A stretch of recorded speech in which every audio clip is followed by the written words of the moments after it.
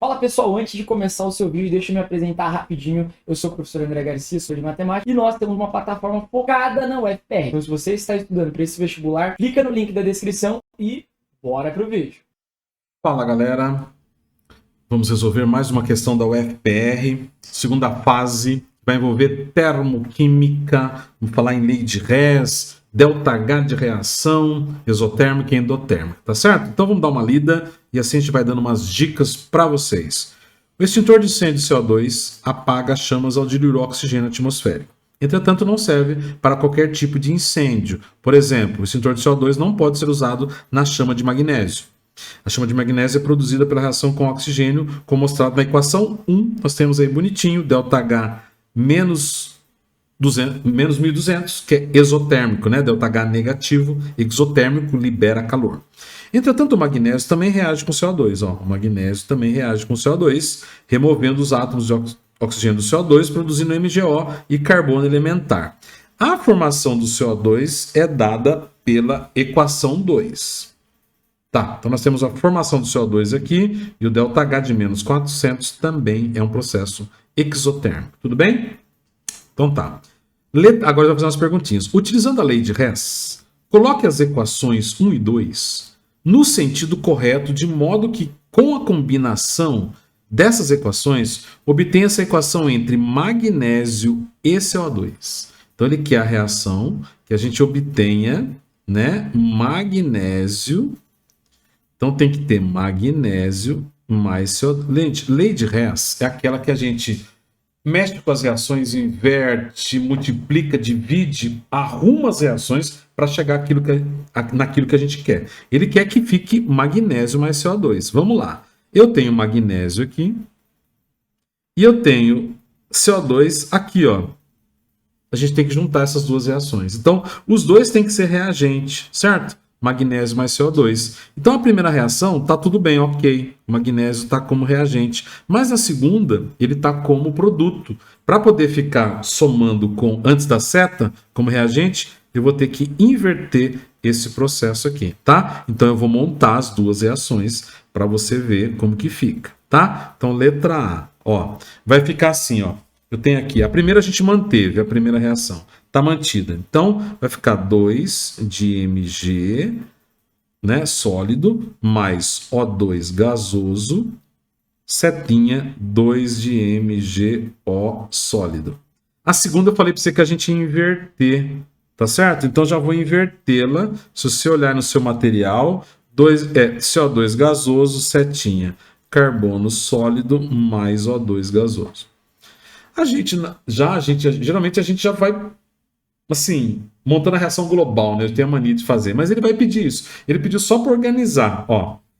A UFPR, falar Unifesp, a UFPR, ela gosta de ir organizando os exercícios, né?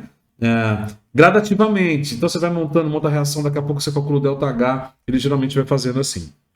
Ó, utilizando a lei de Hess, coloque as equações 1 e 2 no sentido correto, de modo que a combinação obtenha a equação. Aí na letra B, escreva a equação da reação entre magnésio. Então a letra B, quer dizer, ele vai pedir para a gente montar essa reação. Então na letra B a gente vai fazer, a gente arrumou. Agora é o seguinte, para dar reação global, a gente sempre vai cortar aquele cara que é comum às duas reações como reagente produto, né? Então a gente dando uma olhada aqui, por exemplo, a gente tem o O2 aqui e o O2 aqui, ó.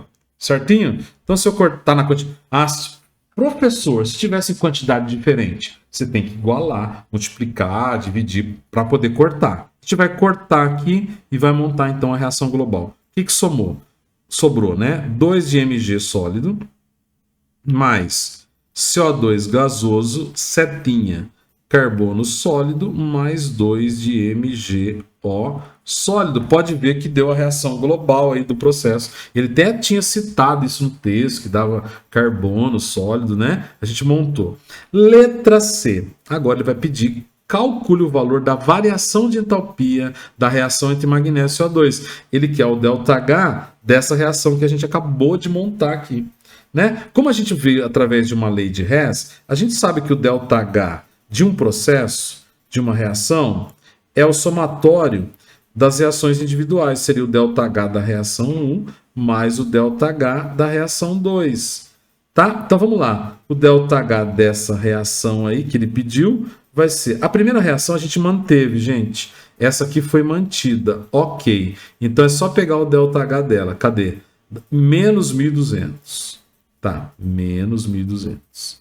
Mais o ΔH da segunda. Lembra que a gente inverteu? Ó, se você inverter e multiplicar, tem que fazer isso no ΔH também. A gente simplesmente inverteu. A segunda reação era menos 400. Vai ficar quanto agora? Mais 400. Portanto, o ΔH dessa reação que ele pediu, a reação global aí que ele pediu, é o somatório disso aqui. Então, isso aqui, gente, vai dar menos 800 quilo. Tá em que aí? Tá em quilojoules. Seria o ΔH dessa reação. Tudo bem? Aí você põe lá, o ΔH da reação é menos 1.800. Tá. Letra D.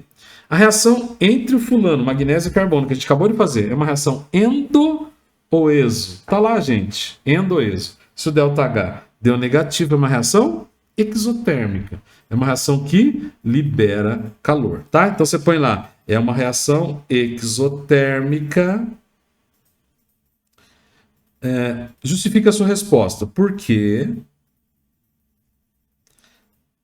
o ΔH...